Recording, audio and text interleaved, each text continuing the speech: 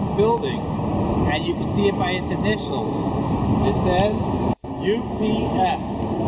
Now, most people do not know the history of UPS, but I'm going to give you the demented history of UPS right now. UPS, you see, once upon a time, there was a post office. And when the post office started, people don't know, they used to deliver letters on horses. That was called a Pony Express. It took a very long time. Sometimes the mail carriers got shot by Indians with a bunch of arrows. Sometimes the cowboys had to rescue them.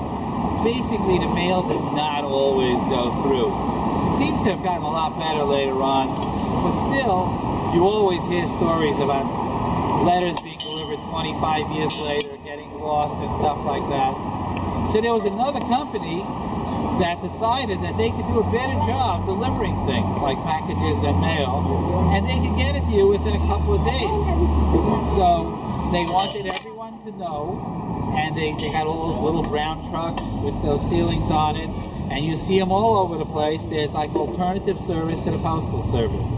And in order for you to remember it, they named the company after three important initials, UPS, which stands for, unlike the Postal Service, we deliver.